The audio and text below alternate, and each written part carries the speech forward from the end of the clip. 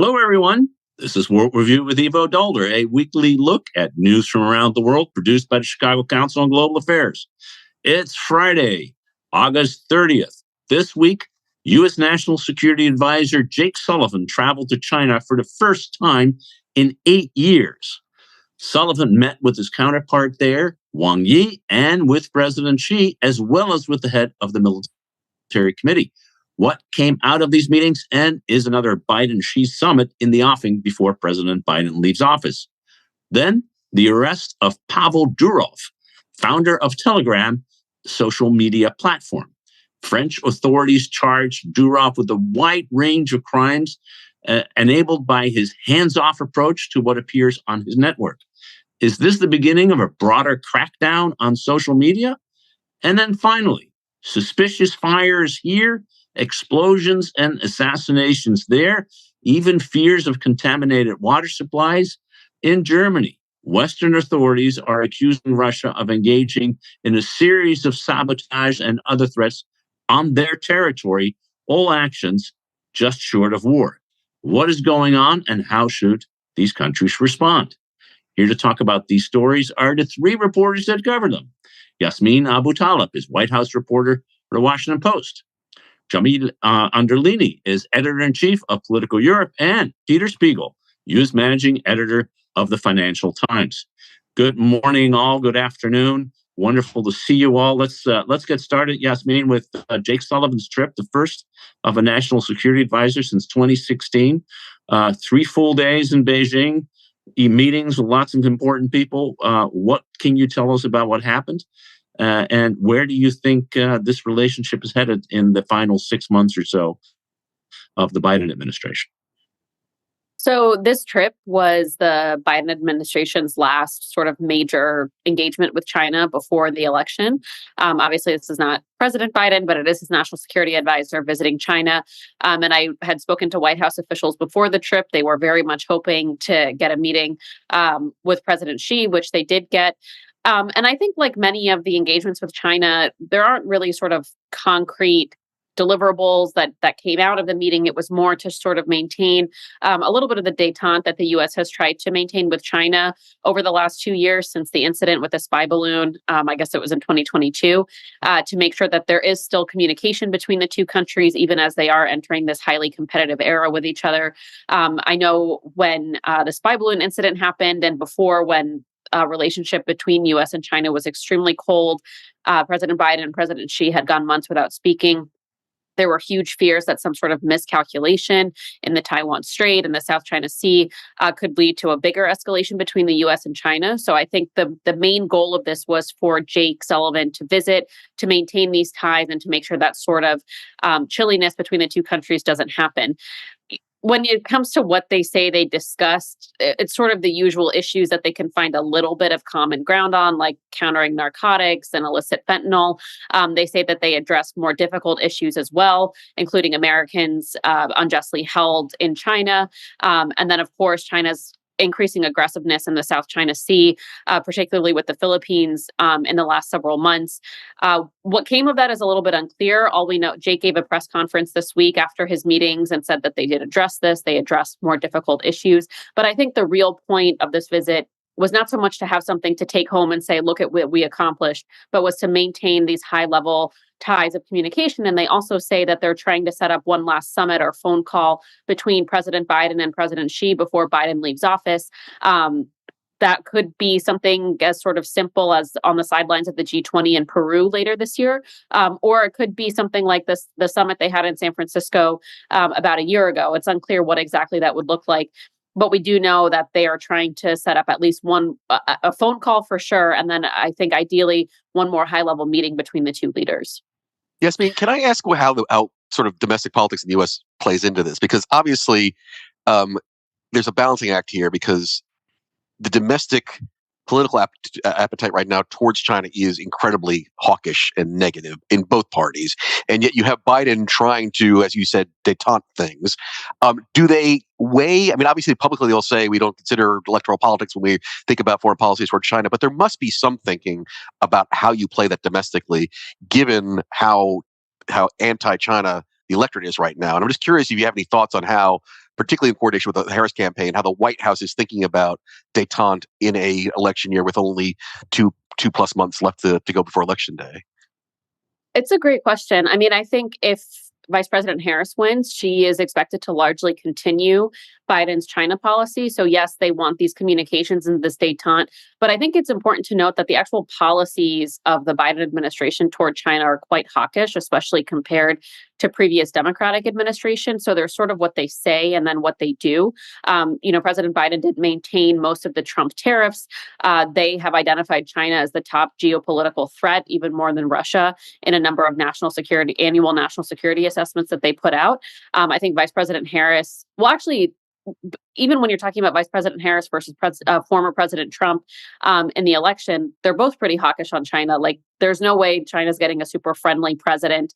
In the Oval Office, I think one of the stories noted that they don't really feel great about either candidate, or I don't know that they feel one is particularly better for them than the other, just because of, like you said, Peter, the sort of general position of the U.S. electorate right now. Both Democrats and Republicans are feeling pretty hawkish on China. But I think, especially if Vice President Harris wins, President Biden does, they have worked very hard on the China policy. It's been overshadowed by things like the Israel-Gaza war and Russia's invasion of Ukraine. But I think they want to make sure, especially if President Trump does not win, that there is sort of the groundwork laid for that to continue under President Harris. Jamil, you're a close observer of the Chinese scene. One, how important do you think it was that there was this 3 days of full meetings, including with Xi Jinping and as well as with was it the chair of the military committee or the chief of the military committee, sort of the chief person below Xi on the one hand, and second, what do you sense of a debate inside Beijing about who they would like to work with if they had a vote in this election? Yeah, thank you, Ivo, and thanks, Yasmin, for that. It's look, I would say that communication between the two sides is crucial, of course. One of the reasons I think it's crucial is because I think that successive U.S. administrations, and definitely including this one, have been naive about China and the debate that's going on inside China. Today, the mainstream in the Chinese foreign policy and military establishment, the mainstream message that is coming out in published articles in Chinese, not in English, of course, but in Chinese, is saying America is trying to trick us into invading Taiwan. It's everything that America's doing in Asia and around the world is a plot to force us to invade. And if we have to do it, if they force us, we will do it. I mean, that is the extreme hawkishness of the debate that is going on right now in Beijing. When it comes to some of the messages, I read a great piece in the Financial Times by my dear friend and former colleague, Dmitry Sevastopoulos. And in it, there was this incredible quote, which I just thought summed up the naivety that you have in some of the American foreign policy and military and security establishment. He said, this is an unnamed official, but it said tech is a massive priority for them. They do not accept the underlying premise of what they see as essentially the securitization of technology. They view technology as fundamentally about economics and innovation, not national security. I mean, if anyone in the White House or in America, anywhere, if like an undergraduate student said that, I would fail them for their grade, because that is ludicrous to suggest that the Chinese don't think of technology as dual use and as anything to do with security. That is absolutely mind-blowing that someone at a senior level in the White House could say something like that. Now, to your point about Trump versus Vice President Harris and their policies towards China, I think that Beijing would absolutely prefer a Trump presidency, a second Trump presidency, over a Harris presidency. And I'll give you a couple of reasons. Trump is essentially isolationist, right? And the people he surrounds him with are essentially isolationist. J.D. Vance and others are like, their whole message is, why would we send Americans to die for Taiwan? Can you even point to Taiwan on the map? Look at Vice President Harris's choice of her own vice president pick. Tim Walz has spent a lot of time in China, and at the very beginning, naive Republicans tried to sort of paint him as like, Manchurian candidate and friend of Beijing. It's totally ludicrous if you look at even the most cursory examination of his public statements, his pictures of him with the Dalai Lama, his statements for vis-a-vis Taiwan, his statements around Tiananmen Square. He was there in China immediately after the Tiananmen Square massacre. I mean, the guy is clearly a realist and I would say an idealist, a human rights idealist when it comes to China. So I think Beijing is looking at this and going, "Gosh, it would be so great if we got JD Vance and Donald Trump," because in the end, maybe we can cut a deal. Maybe they'll just let us do what we want. And isolationism is much more of a brand Trump than it is brand Harris. Yeah, and I guess I might add, and Trump's not going to be at the forefront of strengthening our alliances, which is one of the things the Chinese are also worried about. Peter, Yasmin rightly mentioned this confrontation with the Philippines about these various islands, and there is a sense of aggressiveness by how the Chinese are dealing with not only the South China Sea. They also flew a Navy reconnaissance flight for the first time into Japanese airspace just the other day. And the Japanese said that they scrambled over 690 times in the last year in order to deal with intrusions or almost intrusions. Clearly, this is not a country that is looking for peaceful relations or easy relations with everyone. They're muscling their way in, and at some point, this is going to go wrong, isn't it? I think it is. And I think one of the less reported success stories, to be honest with you, of the Biden administration is the way they have knitted together the allies in the region to respond to that. I mean, I remember when I was covering the Pentagon, there was this view that Asian allies saw Pacific security as a hub and spoke, right? Everyone had bilateral relationships with Washington, Seoul, Tokyo, Canberra, but they would not work together. And the Americans get hugely frustrated about this because, obviously for historical reasons, particularly with the Japanese, do people really want Japanese militarism?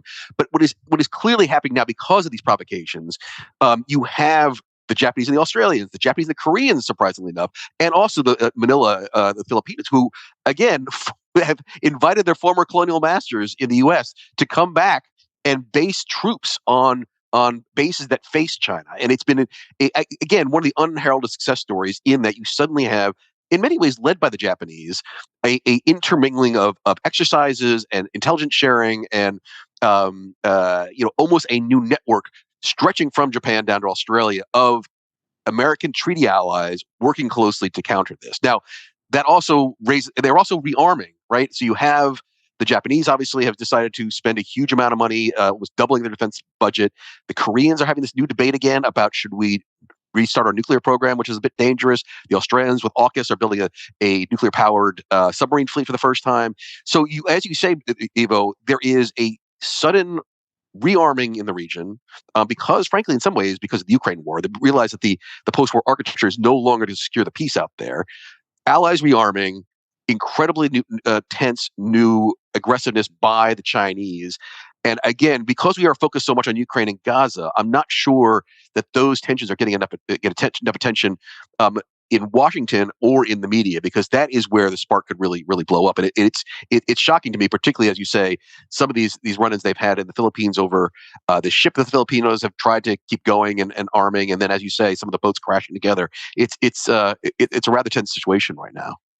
I mean, Yasmina, it's kind of interesting because I think Peter rightly describes sort of this very deliberate alliance building effort, which, whatever else you want to call it, is an effort to contain China. And that's why it's happening. That's why it's succeeding, and it's very much central to it. And yet the administration keeps saying, no. We just want to compete and avoid confrontation. That's why we talk to them. And somehow, you can see why the Chinese don't quite think that's exactly what we are about. How do they explain, sort of to themselves, if nothing else, this seeming contradiction. On the one hand, it's competition, but we need cooperation and everything else. It's the old language, but on the other hand, it's a deliberate effort to make sure that China can't do anything. I think that's absolutely right. And you can see it in some of the policies like the chips and manufacturing bill. A lot of that bill was aimed at bringing those jobs back to the United States and also limiting exports to China, making sure that they can't have access to certain types of US semiconductor technology. So again, I think like we were talking about before, what they do is much more important than what they say. And I think in their policies, it's pretty clear they are trying to limit China. They are trying to cut off China from some of their allies. And all this very deliberate alliance building, like you say, Ivo, is all completely aimed at countering China. When I was reporting a while back on just sort of Biden's foreign policy legacy, a story that has been shelved now that he is no longer the presidential candidate. But I hope to come back to. He still has a legacy. He still has a legacy. I just might now have to come back to it after the election. We were trying to understand why he came in saying he wanted to have this human rights-based foreign policy. And of course, I mean, that's not reality.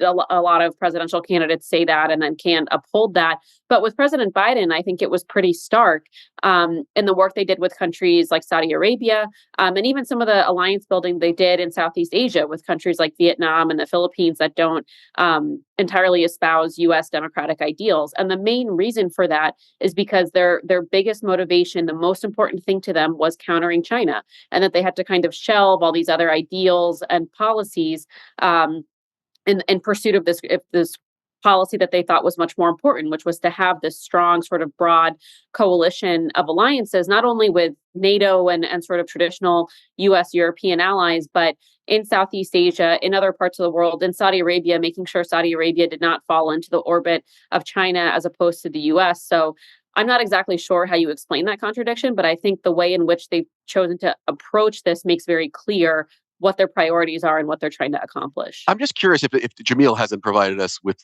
the explanation here, which is, I'll be honest with you, I agree with him on there's occasional sense of naivete sometimes in the U.S. foreign policy establishment. It reminds me a bit of sort of pre-2014 Russia policy, because I remember going on a trip with very senior administration official to a NATO summit just before 2014, and I was over drink, so it was off the record, so I can't say who it was, but very senior official, and I tried to play devil's advocate here, and I said, if I'm sitting in the Kremlin, and I see Latvia, Lithuania, and Estonia now NATO members, and at the time, both Ukraine and Georgia were applying, or at least ginning up because they had been offered.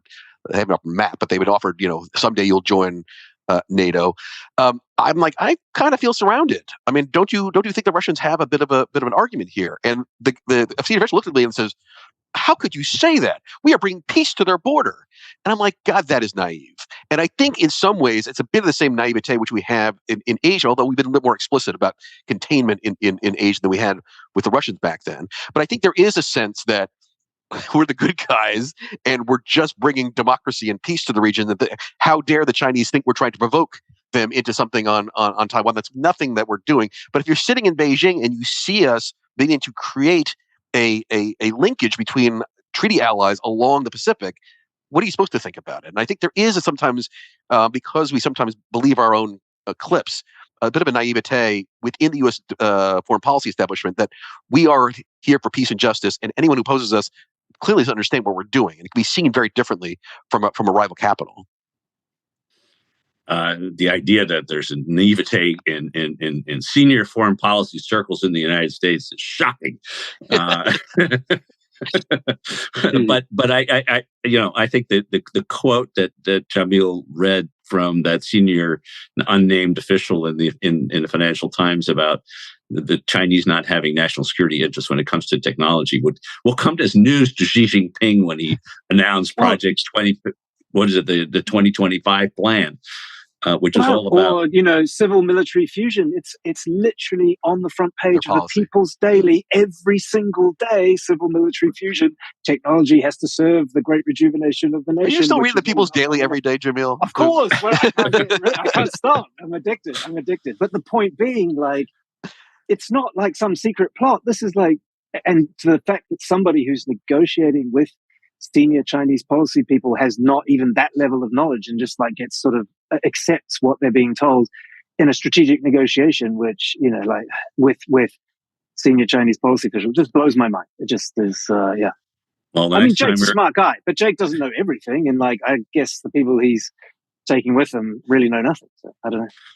Well, the next time we have drinks with Dima, we'll see who the source was, which we would never be able to reveal. Anyway, Peter, let's move on before I cause an newsroom. This was a great discussion. Really, just shows you how hard and difficult these issues are. Here's an easy one, though. Here's this Russian exile, now UAE French citizen who happened to start a social media company, flies in. Don't forget St. Kitts and Nevis. He's also a citizen of St. Kitts and Nevis. Also in St. Kitts. No, I did not realize that. Mr. Pavel Durov, who first copied Facebook and made it Vkontakte in Russia, and then copied Twitter and made it Telegram, got arrested. And arrested because he was not doing what the French government said he should be doing, cooperating with them on investigating what was on their platform, illegal activity on their platform. Really fascinating story from just looking at what is the relationship between governments and these news. They're not so new anymore, these social media platforms, which have tremendous power in a whole variety of ways. So tell us exactly sort of what happened and where's the story going? Yeah, I mean, it's interesting from many different perspectives. And the kind of reason I wanted to talk about on your show, Ivo, is I do think there's a really important geopolitical and political economy element to this as well. I mean, obviously, there is the grand issue of disinformation. And when you have Twitter now controlled by Elon Musk, who's clearly a partisan on the far right and populist right, that becomes an even a bigger issue because of the dominance of Twitter to this day. But I think there are two or three topics in the subset of geopolitics I wanted to touch on because I think it's really interesting given the current atmosphere. What is, frankly, France itself and France's approach to technology? Because what we've learned in the last 48 hours is that it is Macron himself personally who wooed Durov to France, gave him citizenship. And it says a lot about Macron's place in the French ecosystem, that he has always been in many ways the most pro-business, pro-technology, and even pro-finance president that France has had in a long time. Goes back, I think, to his background as a banker. But he himself uses Telegram. He himself had lunch with Durov. He himself, now it comes out, was the one who granted citizenship to Durov and invited him to sort of set up shop in Paris. So I think it says a lot about Macron and his view of what France should become in the future. There is also the element of Franco-Russian relations, which I think can't be ignored because, in many ways, when we started the war, if you remember, it was always Macron who seemed to think that he could straddle or be the intermediary with Putin and the rest of NATO, that he was going to be the one, given France's, frankly, century-long relationship with the Russians going back to, the Tsarist regime and the Austrians invaded Serbia during World War I. It was the French and the Russians on one side. That he saw himself as an intermediary that maybe could bring a ceasefire or peace. Now that's obviously been completely broken. I mean, the Russians now believe that this is a geopolitical move to arrest one of their citizens. And of course, if you have any understanding of the French legal system, you would know that there actually is no political influence there, or at least not in this case. But it's one of those incidents which, Levo, I'm sure you've run into as in your diplomatic career, is sometimes diplomats try to mirror. I remember once talking to a diplomat from an Eastern European country who said, "I know the reason the Americans went after Volkswagen in the emissions scandal. It's because you're protecting the American car industry."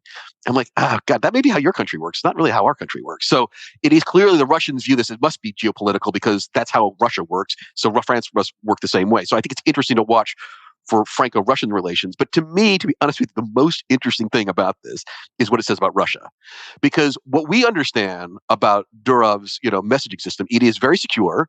And I think up until most recently, we viewed it as a tool for Russian dissidents and Ukrainians in addition to speak and put out information. And frankly, the Russians tried to ban the Telegram before 2-3 years ago because of this very reason. They were putting out, the Russians had approached Durov, the SFB had approached Durov to give up information about the Ukrainians. He refused, moved to Dubai.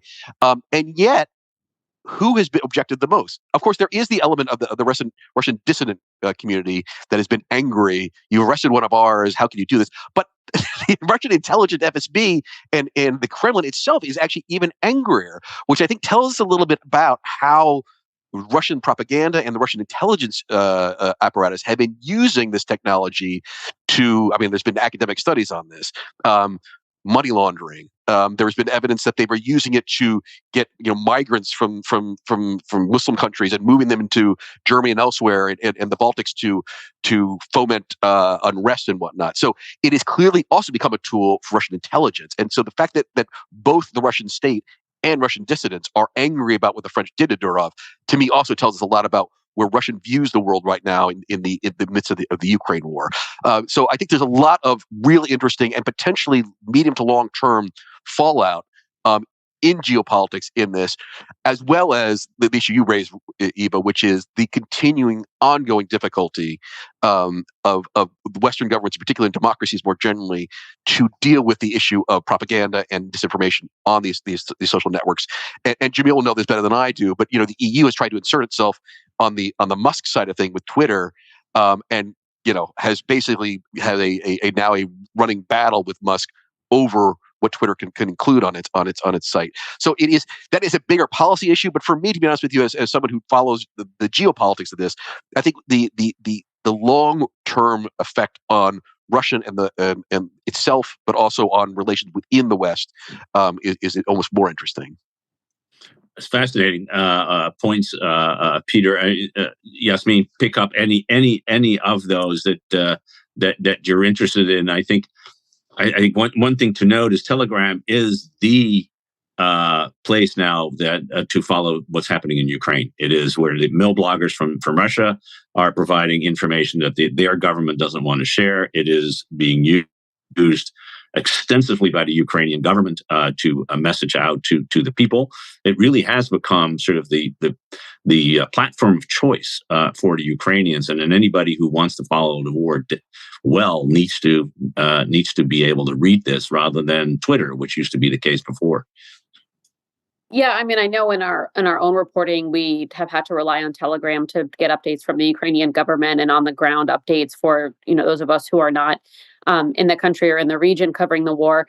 I did think this arrest raised sort of, and Peter was talking about this broader, and I think really important questions about how social media companies should be held responsible for the content that appears on their platforms. I very briefly covered Facebook and Twitter about 10 years ago, and this was, a huge issue even then, when the companies were even less regulated than they are now, where the companies want to take this sort of absolutist free speech approach, where we're just the platform, we don't control what appears on it, we don't moderate it. That's for people to decide, because once they do, they start getting into pretty tricky territory. I think we saw this with Mark Zuckerberg just a few days ago, where he said he regretted abiding by some of the government's requests to moderate COVID misinformation. And obviously, you're going to have people on wildly different sides of that issue over whether Facebook did the right thing or not, because misinformation does proliferate all over these platforms. But I think the case is probably clearer cut here, given the types of content that we're talking about. And I think, these platforms can obviously provide a huge social service, like we're talking about with Ukraine and information coming out of Ukraine. But I think they can only continue to provide that service if they do take responsibility for especially egregious and outright illegal types of content and moderating that. Like, you can't say, I think it's a very hard argument to make that you're just the platform and anything that appears on it is not your fault, when you do have content moderators and you have the ability to control that. Maybe it's harder when it comes to what people classify as misinformation and what should and shouldn't proliferate. But when you're talking about child pornography or these types of, these types of materials, it should be clear cut. And I think France, with this arrest, is trying to send a very clear signal to a lot of the other social media leaders. Obviously, it's going to differ country by country, but I do think it's sort of raised this debate that's always sitting there lurking over what responsibility these founders and CEOs have over what appears on their platforms and what role they have to play in allowing it or not allowing it to appear. I should have. I mean, Yasmin raised the point, which I should have said at the beginning, which is this is orders of magnitude different than what has happened on Facebook or Twitter. I mean, we had a reporter flew out to Dubai and interviewed Durov earlier this year. I mean, he has maybe 50 people who work for him on Telegram. There is no content moderation whatsoever, and it has become in many ways a replacement for the dark web. There is not only child pornography, but there's evidence of child trafficking and child sex trafficking. There is money laundering. There's evidence terrorists use it. There is, and this is at the basis, to give the French credit, this is not them necessarily going after Telegram because of misinformation. There is over criminality going on. They've asked for Telegram to help, and Telegram has refused. And so that it is a much more cut and dried case than some of the disinformation things we've been talking with Musk.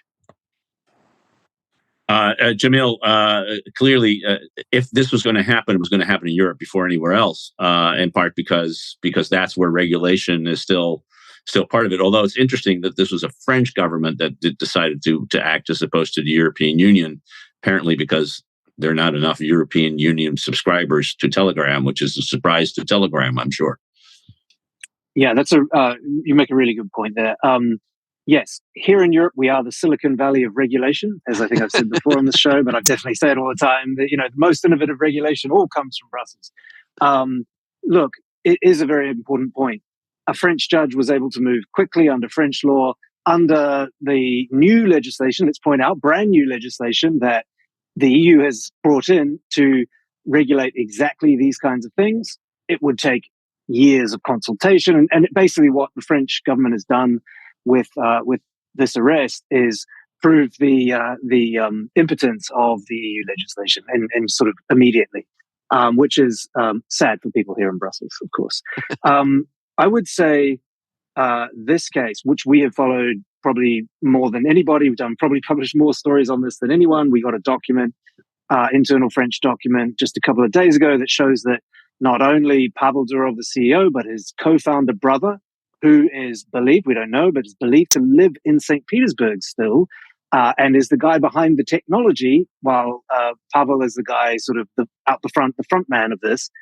He's also wanted by the French authorities. The arrest warrants were actually issued much earlier than anyone else had reported or knew about. We've been following this very, very closely. And what I can say is there are so many unanswered questions. This is not a cut and dried case. It is very, very murky and very unclear what's really going on. From the 4 passports that he has, Russian, French, UAE. By the way, to get a UAE passport, do you know how hard that is? You have to live there for 30 years. And the royal family still has to say, we want you to have a passport. He got it, just turned up on the doorstep in Dubai, gets a passport. There are say Kitts and Nevis, obviously, that one you can just pay for and you get it. But there are all these questions that are completely unanswered, including how there was the threat of a ban of Telegram and then it suddenly got endorsed by the Kremlin. There are questions about why his brother allegedly is still living in St. Petersburg, why Telegram actually has censored a bunch of, for example, mothers and family members of soldiers who've been dying. Some of these movements in Russia have actually been totally censored by Telegram. So it's certainly not as clear cut, I think, as we are able to find out at the moment. And we've talked to intelligence sources from European countries, and they say, it is not clear cut. Put it that way. I can't go into too much detail since we're doing reporting in the FT and the Washington Post about to get scooped, so I can't reveal what we're about to say on this. Okay. Nobody listens to this to this show, so just go ahead. Well, but I do, so I can go my reporters after. They do, exactly. The two of them. So just to get into it, I think it's a much more complicated and murky. I mean, look, what you're hearing just in sort of people speculating about is Pavel Durov flew in from Azerbaijan. He happened to be there at exactly the same time as Vladimir Putin in Azerbaijan. The Kremlin, of course, has denied that they met. But, there's the old saying, if you've ever covered Russia, never believe anything until the Kremlin denies it. And there are real questions. Why, if he knew that, and there's a good chance he did know that there was some sort of legal action coming for him in France, why did he fly straight in on his private jet into France? There are a whole lot of really, I think, complicated and important questions that still haven't been properly answered in this case. And not to be a conspiracy theorist, but there's definitely a lot more to this, I think, than we currently know. Well, you heard it here first. So keep refreshing Politico.eu on a regular basis, and Exactly. do the same with FT.com and WashingtonPost.com. Just have it recycled. Set your breaking news alerts, and by the way, watch Week in Review, Most importantly, World Review every week. Yeah. But interesting. I mean, there is, I think, Jamil, just listing the questions that you have does raise there is more to this story, and bound to more to come out. I mean, the thing that Jamil touched on, which I think is the most important, because I mentioned it myself, is the role that Russian intelligence has played in the Telegram story. I mean, it's clear to me now, because there's so much anger by the Kremlin at Durov's arrest, that there was some use of Telegram by the FSB. And as Jamil said, I think many of us can't talk about exactly what we know about this, but there is mounting evidence that this was a tool for Russian intelligence, and also for other, I think, foreign policy aims, be they money laundering, because obviously under sanctions you have to. The Russia's been very successful at evading sanctions. To what extent was Russian authorities using Telegram as a money laundering operation? So there are layers of this that get into geopolitics, which I think is why it's relevant for this audience here.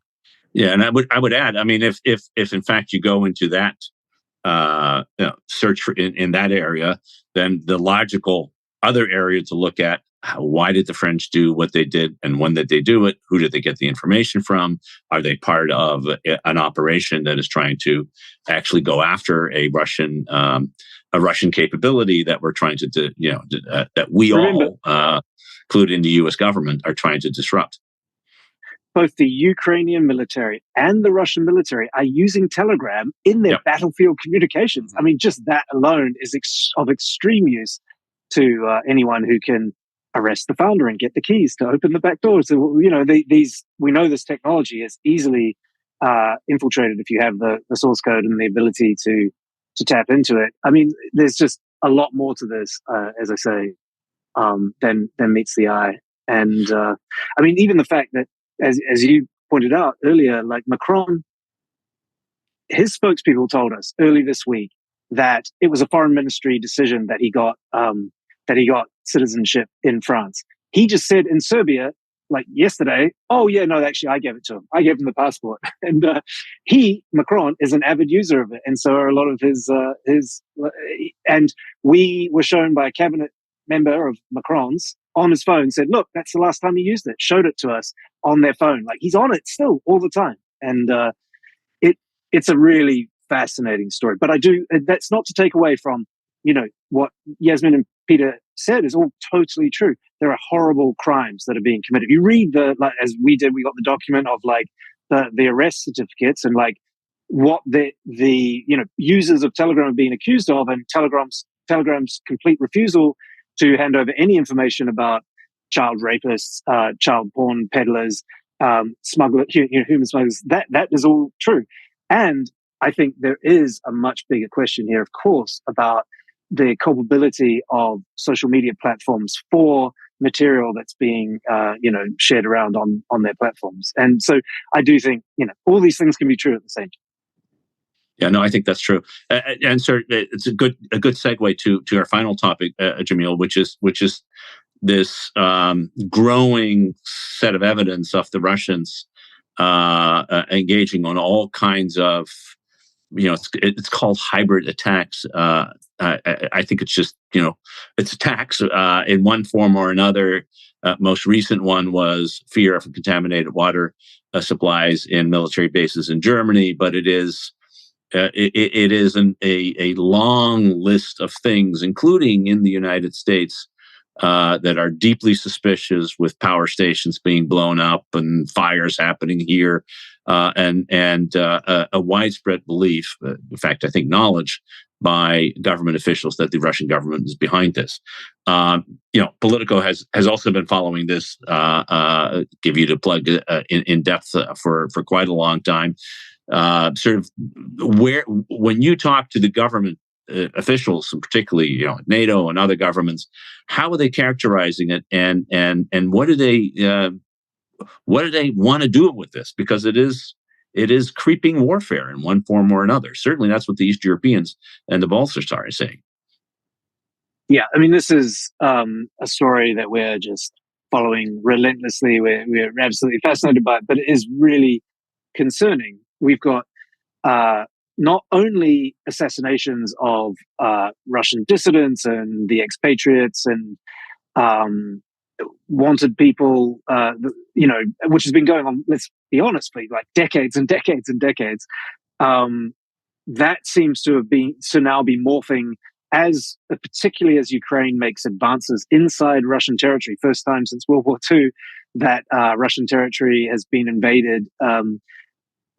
As that's happening, you're seeing a spike in these gray zone, or more than, as you say, like on the spectrum, these are almost warfare, right? Like sabotage attacks. At an earlier stage in Russia's full-scale invasion of Ukraine, you were seeing things like swastikas and Stars of David being painted on walls in France. Turns out, according to French authorities, those were the work of Russian agents, Russian intelligence agents, who were trying to stoke hatred and stoke, social conflict in France. Now we've graduated to actual, sabotage, blowing things up, poisoning water supplies potentially, and more of these are coming out. There is an incentive on the part of Western governments to downplay these and to hush them up, because if you don't, the pressure from your societies and from your publics to do something about it arises. So, in fact, there are more than we publicly know about. The ones that we've reported are the ones we found out about, but there are other cases apparently that are happening. One of the things that's fascinating is, if you remember, again, at an early stage in the full-scale invasion, the Western governments across Europe expelled something like 800 Russian diplomats who were actually spies. But those were the ones that were the ones who are not fully declared, but are definitely like half declared, right?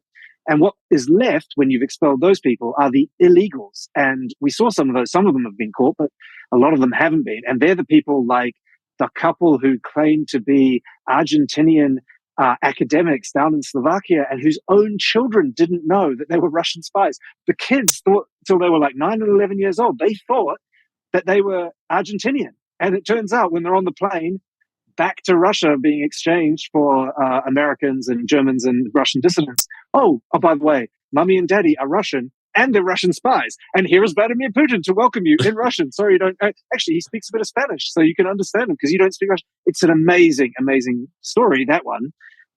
But what it is also, it's a hint at just the sort of depth of penetration. And remember, I'm reading the biography of Stalin, the Stephen Kotkin one at the moment.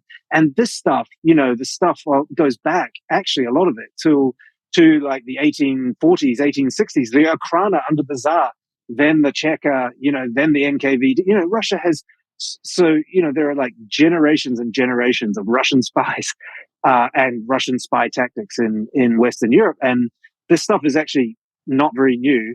It's quite old, but it's ramping up in a very concerning way and heading towards, as you say, more potentially open warfare. And it's deeply concerning, obviously. Ivo, can I ask you about this? Because obviously you spent time in the North Atlantic Council, and there must have been a time when you were there where there was a debate about where does Article 5 kick in? Because as Jamil said, there is low level, we paint stuff on the wall, then it goes up to sort of old school kind of sabotage kind of stuff. But then actually, as you mentioned, you do start to cross over into, is this actual warfare? And I'm just curious, has that come up in your experience at the North Atlantic Council? And then how does that debate go? Where does the red line drawn when actually this is an overt act of war where NATO has to kick in with Article 5? Well, yeah, it wasn't in terms of the sabotage activity, which wasn't happening at the time. And this is all related, in Europe at least, it's very much related to the Ukraine conflict. And the Russians are seeing this as a way to respond to the arming, et cetera, that is happening. It was part on the cyber side, which is at what point does a cyber attack become so severe that it is indistinguishable from an armed attack and should invoke Article 5. Interestingly enough, the one time that Article 5 was invoked was not when there was a traditional attack from one country and against another. It was on 9/11, when the terrorist attack on New York and Washington, D.C. And a little known fact is that when the North Atlantic Treaty Council invoked Article 5 on the 12th, there was a footnote that, in fact, it would only really take effect upon presentation by the United States of intelligence demonstrating that the origin of the attack was from abroad. Because if it was an internal terrorist attack, it was not couldn't be regarded as an armed attack from abroad. So, I mean, even on that instance, there was that issue. And so the question of what is an armed attack from abroad is just very complicated. On the one hand, that's it, but it's not complicated because it's a political decision, no matter what. Even if Russian forces march into Estonia, it still takes a political decision to invoke Article 5. And what is missing in the debate is exactly what Jamil, I think, was talking about, which is at what point are we responding? And then how do we respond? And when I talk to Estonian, Latvian, and Lithuanian colleagues, this is what they want to talk about. They actually think they're under attack in a very literal sense. To be fair, Ukraine, for sure, with the help and assistance of friends and allies, is doing major sabotage inside Russia, and not just in the Kursk region, but across the country, right? So, the Russians are, again, back to sort of much earlier Peter's point of how it looks from the Moscow side. From their perspective, they're responding to sabotage that's happening within their borders all the time. I'm not defending it. I'm just saying, from their perspective, they're saying, well, yeah. Of course, the sabotage was a response to their invasion of Ukraine. Of so course. Maybe you hit me, I'm going to hit you, and you're going to hit me. So, I mean, Yasmina, give you the last word on this before we got it, because I've raised this a number of times in Washington, and they're very, very aware of this. I mean, everybody knows what's going on. But when you say, "What are you going to do about it?" they sort of stare at you and say, I don't know. I haven't thought about doing anything. And, there will come a point where, in fact, we will need to have a decision about, actually confront the fact that our decision not to do anything means it will continue. And so when you talk to folks in Washington, what do you hear? Well, I'll say this really quickly because I know we're out of time. I mean, I think the number one fear with the invasion of Ukraine from Russia is not wanting a direct escalation with Russia. And I think responding to these attacks would require some sort of direct escalation between the United States and Russia. So, I mean, if you're looking at the way the U.S. has chosen to support Ukraine, and even when there was that scare, I think about a year and a half ago, when the missile landed in Poland and they didn't know if it would invoke Article 5, and it turned out to be an errant missile, that whole thing really raised fears of whether they would have to invoke Article 5, were there ways around it? Because the one thing the U.S. has tried to avoid through the entirety of the war, no matter what they provided, the enormous amounts of money and military support that they provided, is engaging directly with Russia, troops on the ground. And so I think, like Jamil was saying, any type of direct confrontation with this would mean an escalation with Russia. And I think there's no appetite for that right now. Yeah. And it just raises the question, as it does in the Ukrainian issue, if you're not going to respond, they're just going to continue and continue and continue. And that's what deterrence and self-deterrence or deterrence is all about. We're not going to solve it in this in the remaining 3 seconds, but we will come back to it. I had no doubt in a future session. This was a fantastic, eye-opening discussion. I want to thank Yasmina Abutaleb of the Washington Post, Peter Spiegel of the Financial Times, Jamil Anderlini of Politico Europe for really great insight. I want to thank all of you for tuning in. We'll be back next week with another edition of World Review. Until then, have a great weekend. And for those Americans, have a great long weekend. All right.